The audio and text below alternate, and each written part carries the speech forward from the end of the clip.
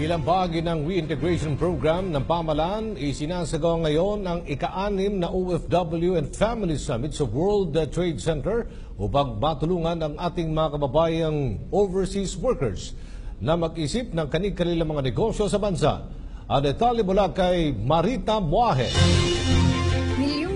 Manggagawang Pilipino ang nagtatrabaho sa ibayong dagat at sinasabi sa isang pag-aaral na nag-average sa 65,000 pesos o $1,378 ang perang ipinapadala ng isang OFW sa kanilang mga pamilya sa loob ng isang taon. Kung mailalagay lamang sa tamang investment ang perang ito, maaaring dumating ang panahon na hindi na kakailanganin pa ng isang ama o ina ng tahanan na mag-abroad.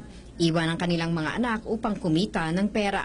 Ito mismo ang hangarin ni Senator Cynthia Villar, kaya't kasama si Mr. Joey Concepcion ng Go Negosyo, ginanap ang ika-6 na OFW and Family Summit sa World Trade Center. Dito para turuin yung mga overseas workers natin na magplano sa future nila.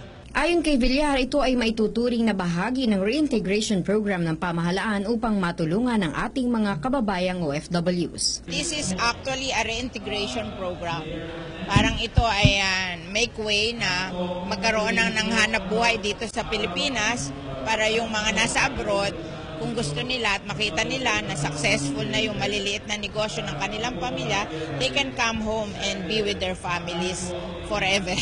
Mayroong mentoring program na ginagawa hindi lamang ang Villar Sipag Foundation at ang Go Negosyo, kundi maging ang ilang ahensya ng pamahalaan tulad ng OWA, DOLE at DTI. Sinabi rin ni DTI Secretary Ramon Lopez na higit na mas madali at mas mabilis na rin ngayon ang pagrerehistro ng isang negosyo. Oo, pinapadali na natin yung registration nga, dati average ng 10 days, ngayon 2 to 3 days na.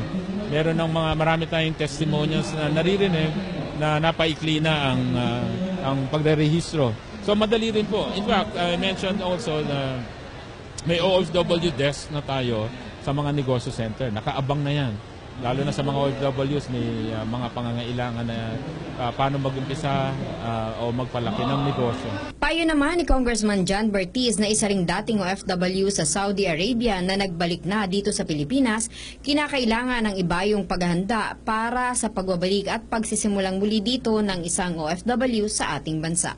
Ang sa akin kasi, bilang isang OFW, ang pinaghandaan ko yung pagbabalik, yung pag-uwi, tsaka yung pag-reintegrate. Kaya nung nakauwi ako, sa tulong ng Panginoon Diyos, ay nakapagtayo ako ng negosyo at lumago naman yun at nakatulong pa sa mga ibang OFW. Kaya ang aking advocacy is yung financial literacy. Ini-educate natin ang pamilya at ang OFW na ang pagiging pagtatrabaho sa ibang bansa, hindi yung pag-alis ang pinaghahandaan, kundi yung pagbabalik.